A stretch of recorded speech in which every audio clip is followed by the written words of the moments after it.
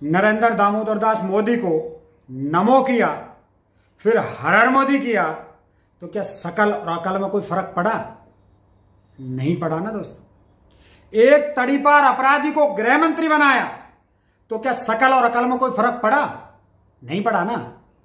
पूरी जिंदगी एक्टिंग करने वाली मॉडल को हारने के बाद भी मंत्री बनाया, तो क्या एक्टिंग में कोई फर्क पड़ा?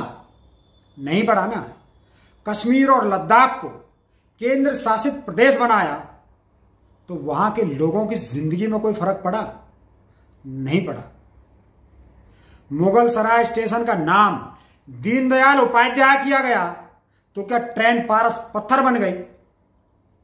और क्या सवारियां सोने की होने लगी? या पंडित दीनदयाल जी के घर रॉयल्टी जाने लगी? नहीं ना। इलाहाबाद को प्रयागराज किया, तो क्या अब यमुना पुल पर जाम नहीं लगता? या गंगा जी गंगोत्री जैसी साफ हो गई है? नहीं ना। नाम बदलने से चरित्र बदल जाता है क्या? नाम बदलने से सोच बदल जाती है क्या? नहीं ना। भाइयों, देश को कैसे बहकाया जा रहा है ये देखिए कि एक व्यक्ति ने सीधे सुप्रीम कोर्ट में याचिका लगाई कि भारत का नाम इंडिया से भारत किया जाए।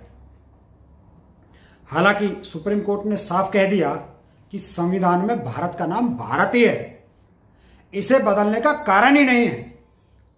याचिकाकर्ताओं ने तर्क दिया कि भारत नाम हो जाने से लोगों को गुलामी की मानसिकता से आजादी मिलेगी।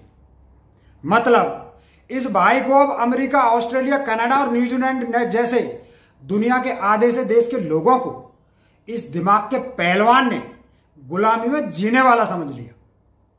सोचने वाली बात यह है कि जब देश सड़कों पर पैदल चल रहा है, उस समय बकवास बातें किसके दिमाग में आ सकती है? दूसरी घटना यह है कि केंद्र सरकार ने कोलकाता पोर्ट ट्रस्ट का नाम बदलकर पंडित श्यामा प्रसाद मुखर्जी कर दिया गया है। श्यामा प्रसाद जी, जो कि जनसंघ के संस्थापक थे और अंग्रेजों से लिख लिख कर माफी मांगने वाले वीर सावरकर जी के अनुयायी थे। अब यहां दो बातें सामने आती हैं। पहली ये कि नाम बदलने से क्या होगा, और दूसरी ये कि श्यामा प्रसाद मुखर्जी ही क्यों।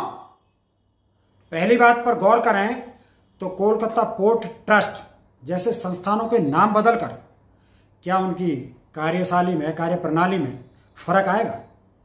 क्या उसका काम बदल जाएगा? क्या उसके काम करने वाले लोगों के घर सोने चांदी से भर जाएंगे? क्या उसके ऑफिस में काम करने वाले अधिकारियों को अब दुगनी सैलरी मिलेगी? या किसी कर्मचारी के पैर धोने नेताजी जी रोज आएंगे? नहीं ना। तो फिर क्या होता है नाम बदलने से? मैं बताता हूं। नाम बदलने से जनता का ध्यान भटकता है। नाम बदलने से बाजारू मीडिया को मसाला मिलता है। नाम बदलने से बेरोजगार फेसबुक या समाज को 2 घंटे और पलंग तोड़ने का बहाना मिलता है। और नाम बदलने से किराए के पत्रकारों को दिन भर चिल्लाने का विषय मिलता है। अब दूसरी बात कि पंडित श्यामा प्रसाद मुखर्जी क्यों? जब राष्ट्रपिता महात्मा गांधी, देश के पहले प्रधानमंत्री नेहरू जी, प्रधानमंत्री रहते हुए देश के लिए जान देने वाली इंदिरा गांधी, प्रधानमंत्री रहते हुए अपने प्राण लुटाने वाले राजीव गांधी का नाम कहीं रखते हैं तो अपराध हो जाता है। और जो कुछ नहीं है, जिनका बलिदान तो उल्टा अंग्रेजों की गुलामी स्वीकार करना था, उन जैसे लोगों के नाम पर देश की महान संस्थाओं के नाम बदल रही है तो सरकार दूध की धुली हो रही है। फिर तो बात वही आती है दोस्तों, हम करें तो नाटक और तुम करो तो लीला। पर अब ये नहीं चलेगा, अब ये ड्रामा नहीं चलने वाला। सबको पता है पजामा गीला है और नाडा ढीला है। अरे कम दिमाग लोगों, नाम नहीं पहचान बदलो। कोलकाता पोर्ट से कोई ऐसा कारनामा करते कि दुनिया खुद ही सम्मान में कोई नया नाम दे देती। जैसे मर्यादा स्थापित करने वाले राजा राम को मर्यादा पुरुषोत्तम कहा गया, पर्वत उंगली पर उठाने वाले माधव को गिरधर कहा गया। फिर सत्य, अहिंसा और बलिदान के दम पर आजाद करवाने वाले मोहनदास करमचंद गांधी को महात्मा गांधी कहा गया। भारत की आजादी के मात्र 2 दशकों में ही परमाणु शक्ति बनाने वाली इंदिरा गांधी को आयरन लेडी कहा गया। सबसे ज्यादा शतक और कई रिकॉर्ड बनाने वाले सचिन तेंदुलकर को master blaster, God of cricket दुनिया ने ही कहा, खुद सचिन ने नहीं बोला। सैकड़ों फिल्म्स में बेहतरीन अदाकारी करने वाले अमिताभ जी को बॉलीवुड का शहंशाह कहा गया। इनसे ही कुछ सीख लेते कि नाम बदलने से नहीं, नाम कमाने से इज्जत मिलती है। लेकिन भाइयों, हम देख रहे हैं कि जब लोग दाने दाने को मोहताज हैं, आने वाले कल को लेकर पसोपेश में हैं, उस समय सरकार ने नया खेल खेला है, नाम बदलने का। ये जुआ सट्टा बाजार जैसी सरकार हर रोज नया दाव खेल रही है कि अब फेल हुए लॉकडाउन के आरोपों से पीछा कैसे छुड़ाया जाए। सरकार जनता के असली मुद्दों से ध्यान भटकाने के लिए ये चालबाजी करती रहती है। पर क्या है ना कि एक चुटकुले पर एक बार हंस देगा कोई, 2 बार हंस देगा, पर यार तीसरी बार तो दूध पीता बच्चा भी नहीं हंसेगा। ये जुआरियों की सरकार खुद को जो समझे समझती रहे, पर जनता को पागल समझने की भूल ना करे। जनता जानती है कि जब जब सरकार पर आरोप लगे हैं, सरकार ने जनता को भटकाया है।